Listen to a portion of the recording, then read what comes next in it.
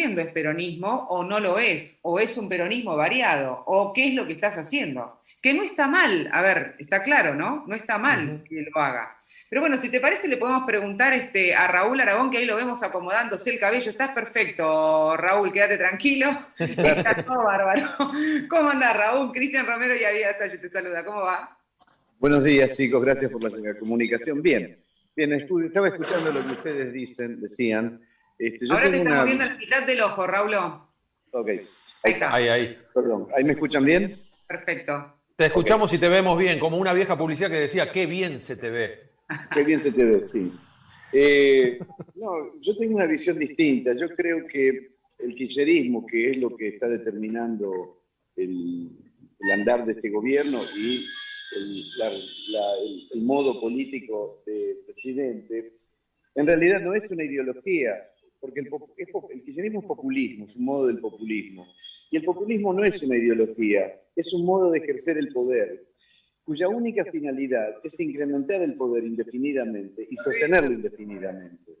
Entonces, el kirchnerismo no es un modo del peronismo, de ninguna manera es un modo del peronismo, es un modo del populismo y el populismo no es una ideología. Básicamente no es una ideología, entre otras cosas, porque no define claramente un modelo de sociedad y un modelo de país. Si uno lee el texto fundacional del peronismo, que se llama La Comunidad Organizada, es un discurso del presidente Perón, con el entonces presidente Perón en 1949, el Congreso de Filosofía Internacional, el Congreso Internacional de Filosofía, que se hizo en Córdoba, un congreso muy famoso. Ese discurso después se convirtió en lo que se llama la comunidad organizada. Y ahí claramente Perón define cuál es la sociedad que quiere construir y cuál es el país que quiere construir. Y el kirchnerismo no hace eso, el populismo no hace eso. El populismo simplemente va tomando medidas que le permitan incrementar su poder y garantizar la continuidad del poder. Por eso el kirchnerismo genera una pobreza, estado dependiente. Tenemos algo así como 19 millones de planes entre una cosa y otra. Genera una pobreza, estado dependiente, que solamente el mismo kirchnerismo le puede garantizar a esa pobreza la continuidad de lo que recibe del Estado. Eso crea una situación de dependencia de un sector muy importante de la sociedad que lo va a acompañar siempre. Y eso le garantiza entonces la continuidad del poder. Lo otro que hace es ir por todo. El kirchnerismo, desde que asumió el presidente Fernández, progresivamente se ha ido quedando con distintas cuotas de poder y ocupando ministerios que originalmente ocupaban figuras provenientes del peronismo histórico.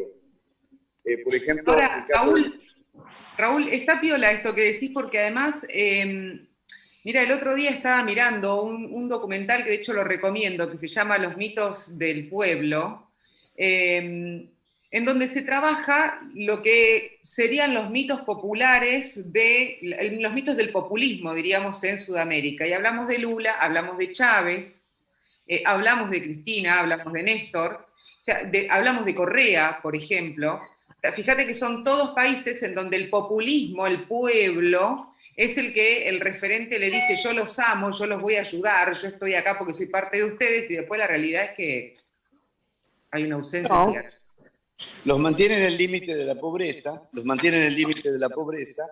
no los ayuda, los mantiene en el límite de la pobreza, y cuando aparece una alternativa, como sucedió con Mauricio Macri, en general, o lo hacen todo mal, como en el caso de Mauricio Macri, o no pueden sostenerlo, como le pasó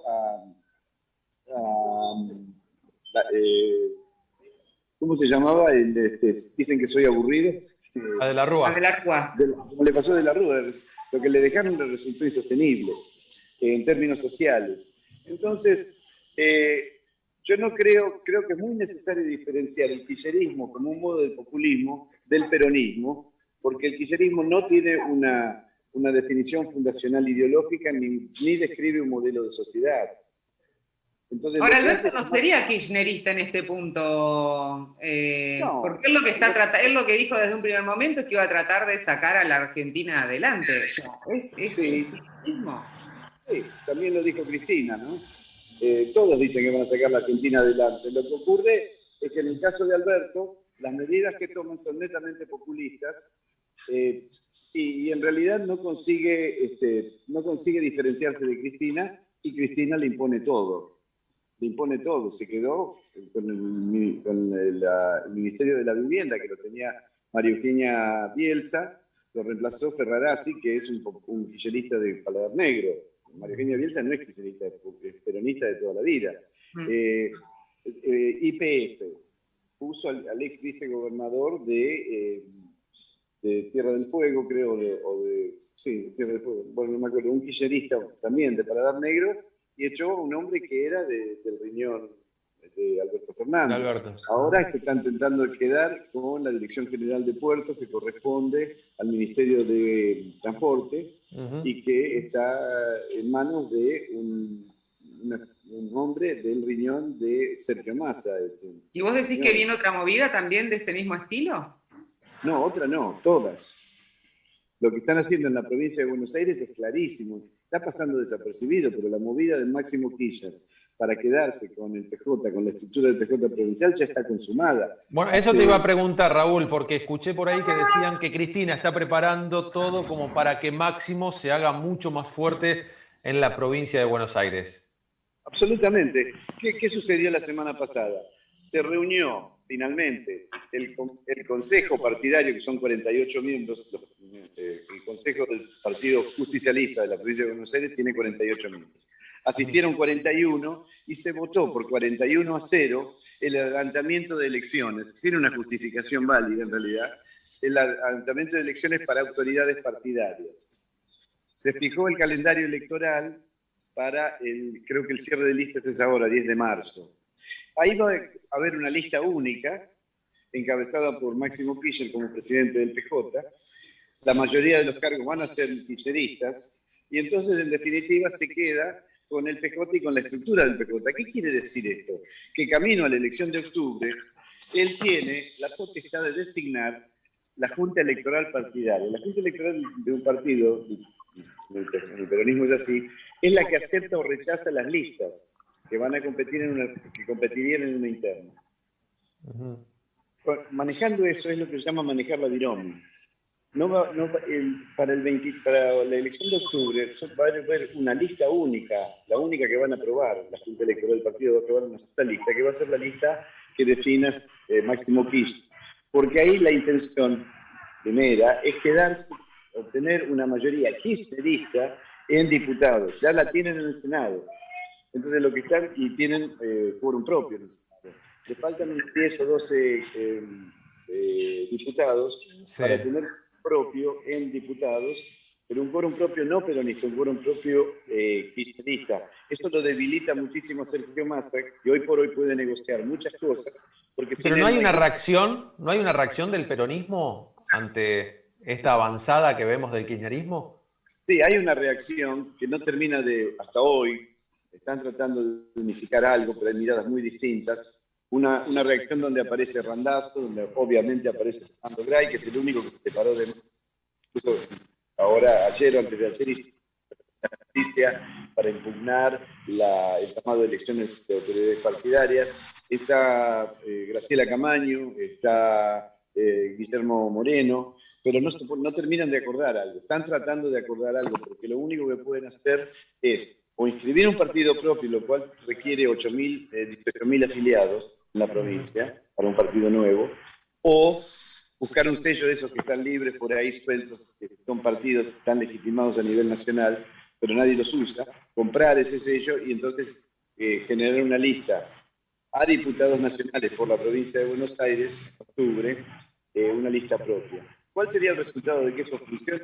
Pondrían en peligro seriamente la victoria del peronismo kirchnerista, del peronismo de Máximo, que podría perder, si esto funciona, Máximo podría perder en la provincia frente al PRO o a Cambiemos. El problema que tienen del lado de Cambiemos, el PRO, es que José Luis Esper está creciendo. Estamos perdiendo, Raúl. Pará porque te estamos perdiendo un cachito. No se entendió lo que dijiste de la provincia. ¿Qué? No me acuerdo no sé dónde me perdieron. ¿Qué repito? Que Esper estaba creciendo en la provincia y eso podía hacer frente. Claro. Esper está creciendo en la provincia. Él le saca... O sea que por un lado tendríamos un peronismo ortodoxo o histórico sacándole votos al kirchnerismo de Máximo Kirchner con el PJ, y por otro lado la fórmula neoliberal o liberal de Spert sacándole votos al PRO. Así que hoy por hoy poner en el aire lo que va a pasar en la provincia, pero más allá de eso, está clarísima la intención del kirchnerismo de quedarse con todo, porque ahora se quedaron también, ya está casi consumado, con el PJ de la provincia de Buenos Aires, que es la estructura más grande peronista que existe en el país, ¿no? Ahora, estamos hablando de las legislativas, ¿no? Estamos hablando de este año, pero ¿qué va a pasar en las presidenciales? Porque en algunos sectores, por ejemplo, ya te estás riendo, en algunos sectores, por ejemplo, dicen que en realidad el trabajo viene como pasó en algún momento, dejándole servida la presidencia a Mauricio Macri por deficiencias gubernamentales, y que ahora estaría pasando exactamente lo mismo, no con Macri en este caso, porque claramente ya no es el líder de Cambiemos, sino con Horacio Rodríguez Larreta. Sí, sí, algo de eso está en germen, algo de eso. Rodríguez Larreta es posiblemente, hasta donde yo lo medí, hace como 2 meses que no lo mido, pero a nivel nacional es la figura política mejor calificada, sin duda.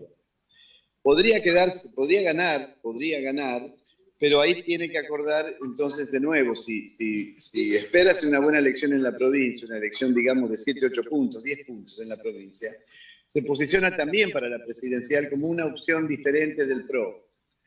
Ahí eso le sacaría votos al PRO y entonces el peronismo tendría una posibilidad, pero todos tienen un grave problema, a excepción de Cambiemos, no hay candidato definido. El peronismo no tiene un candidato, ni siquiera un fantasma de un candidato para el 23.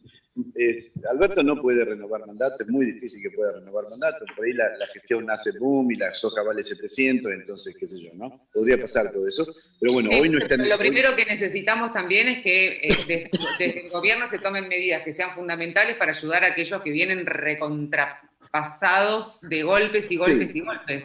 No llegan a fin de mes, no pueden pagar el alquiler, los sueldos no acomodan, la inflación no se acomoda, tenemos una deuda kilométrica, o sea, es un desastre. Es un desastre. Básicamente, el sector, esto te va a parecer raro, pero si uno lo mira con detalle y mira los números, el sector más perjudicado no es la clase baja, porque en la clase baja hay contención mediante planes, subsidios, etc. Sí, es la media laburante.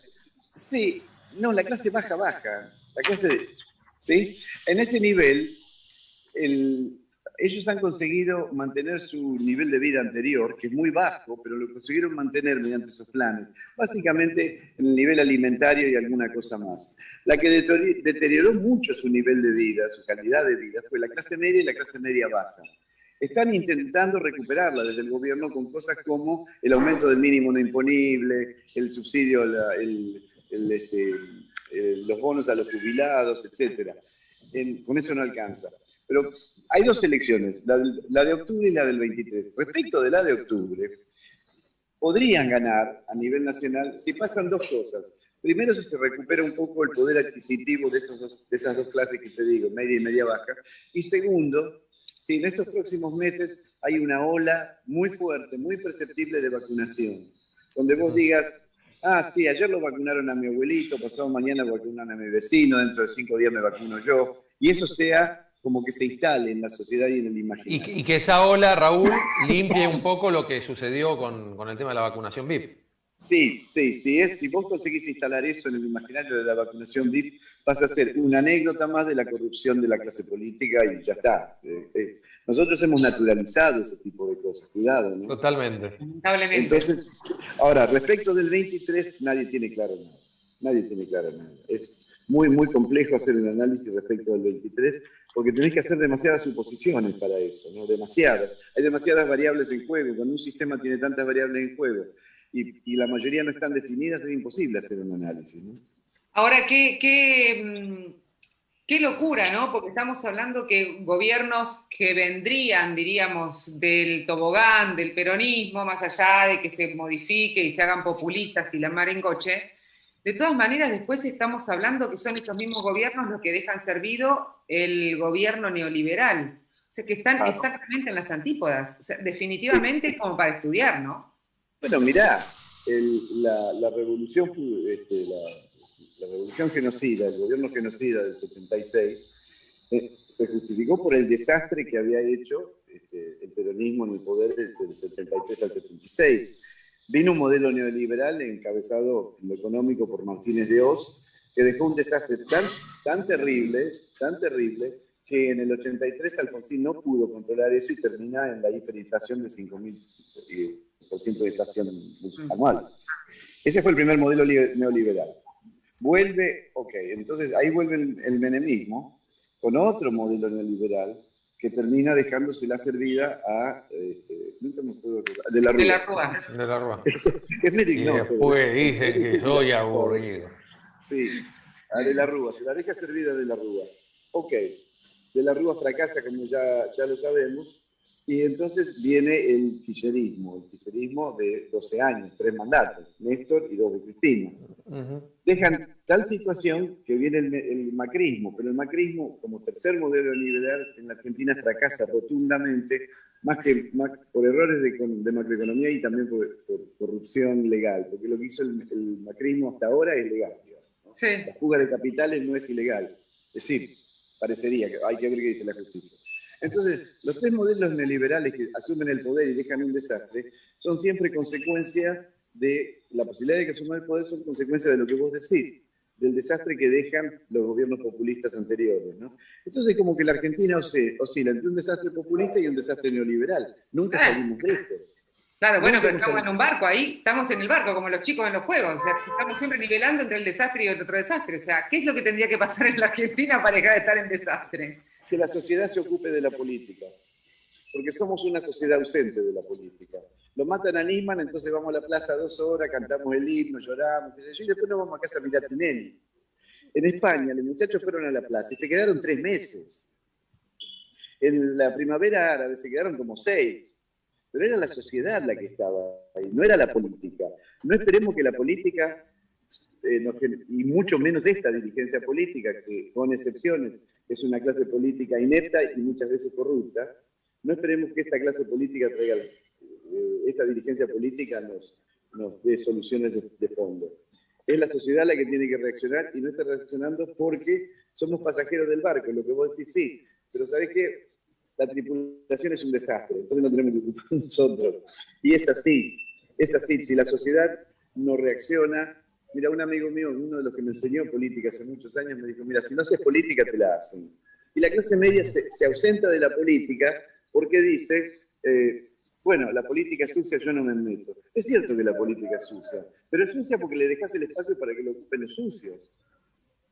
¿No? Esto es Hannah Arendt, ¿no? Hannah Arendt dice, ¿qué es lo único necesario para que el mal triunfe? Que la gente buena no se ocupe.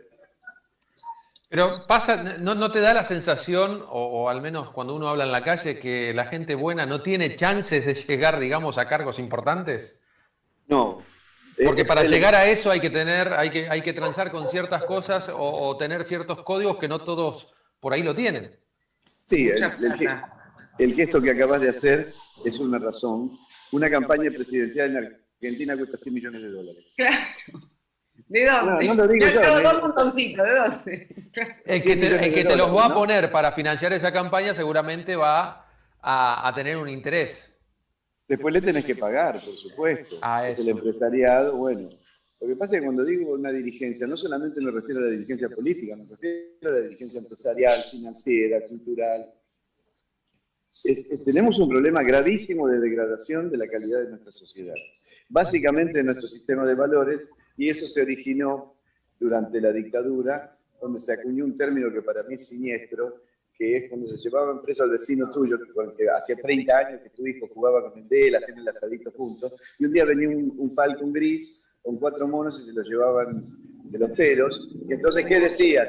No sé, mirá, por algo será, no te metas. Esa es la ruptura del lazo social más importante, que es la solidaridad. Eso se rompió durante la dictadura, y después el golpe de la posmodernidad y el relativismo moral lo termina de consolidar en Argentina, y entonces la resultante de eso es una cultura individualista. Y una cultura individualista es lo contrario de una cultura social. Entonces tenemos lo que tenemos, dejamos los espacios, y cuando vienen las elecciones, y voy a votar por fulano, que es el único que más o menos. bueno, así Sí, estamos. el que me puede poner un poco de plata en el bolsillo si estoy bastante ahorcado, el que, bueno, al menos me va a dejar un poco viajar o comprarme la ropa si no suben demasiado los precios, o sea. Sí, tal cual, la reelección de Carlos Menem en el 95 fue eso, se llamaba el voto cuota. Todo el mundo estábamos con el 1-1. Y no queríamos salir del 1-1 porque todos teníamos deudas en dólares, en cuotas en dólares. Claro. Le llamó el voto cuota. Y después, en el 99, cuando Duhalde pierde y gana De la Rúa, es básicamente porque De la Rúa comete el error de decir que iba a eliminar el 1-1, y De la Rúa dijo, no voy a eliminar el 1-1. O sea, eso significó 3 o 4 puntos de diferencia, ¿no? Así que yo creo que no es una cuestión electoral, y lo que me decías recién de la participación de la sociedad, ¿cómo haces para participar? Porque es muy difícil que te dejen espacios. No, lo que pasa es que tenés que construir un espacio político diferenciado de los actuales. La sociedad se tiene que juntar desde las bases, no hay otra solución. Y además, ustedes se acuerdan, bueno, ustedes son muy jóvenes, pero ¿se acuerdan del que se vayan todos? Sí. Bueno, estaban en el poder más o menos lo mismo que están ahora. Lo mismo que están ahora, es lo que decimos todos los miércoles con Avi. Claro, acordate cuando murió Menem. O sea, lo hablábamos con Cristian hace 2 miércoles. Murió Carlos Menem y si vos haces el recorrido de las fotos, están todos. Sí, están todos. Todos. Con más No falta uno. ¿No está qué? No falta uno. No, nos falta uno. Entonces no se fue ninguno, entonces la política sigue siendo lo que es. Yo creo que, insisto, somos una sociedad ausente y pagamos el precio de eso. Y lo vamos a seguir pagando. Ahora, es un agravante, que el kirchnerismo nos va a llevar a Venezuela, no tengo la menor duda. Antes de dejarte en paya, después de tenerte tanto tiempo hablando, pero quisiera también preguntarte esto. ¿Puede ser que en realidad la sociedad esté tan aletargada y esté tan silenciosa? Porque en realidad lo que está es cansada de que todo el tiempo pase exactamente lo mismo. Porque vos fijate que la gente sale a la calle en el 2001, en primer lugar aquel que no tenía para comer y en segundo lugar el que tenía plata puesta en los bancos. No salieron. Sí, claro. Porque el problema era el gobierno de la Rúa que no hacía nada, no. Era porque le habían tocado el bolsillo. Claro, tal cual. Entonces, ¿podemos esperar otra cosa? ¿Cómo le podemos decir a la gente que puede empezar a funcionar de otra manera si estamos todos pensando en la misma situación, en el bolsillo? Sí, en el bolsillo. Bueno, dijiste una palabra que me parece clave, aletargada. Es el síndrome de la rana hervida, lo conocen a eso, ¿no?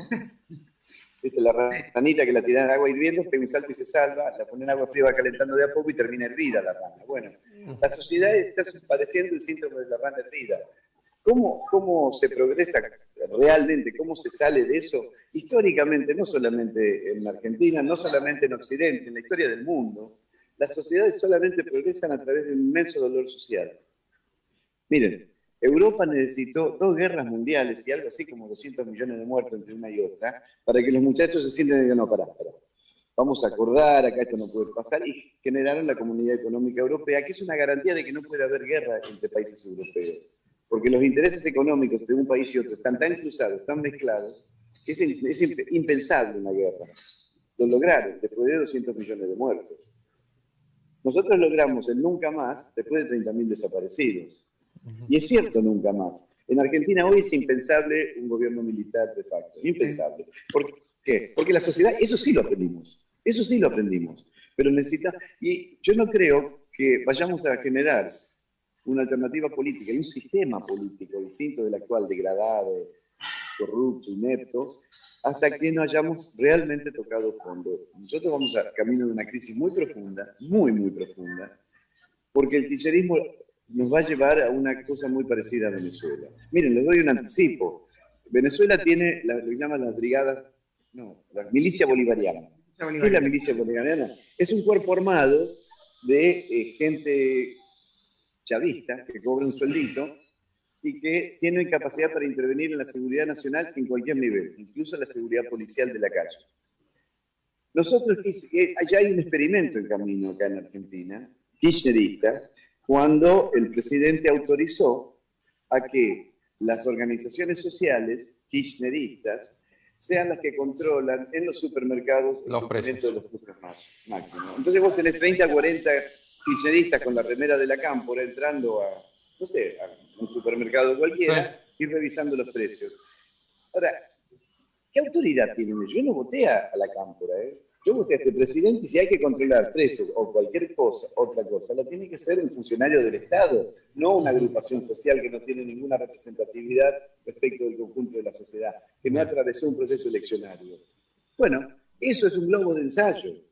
¿Y cómo fue la reacción nuestra a eso? Cero. Los kirchneristas están comprando los precios. Cero. Entonces seguimos tomando café, llamando a, no sé, a una amiga para invitarla a cenar, esas cosas que hacemos.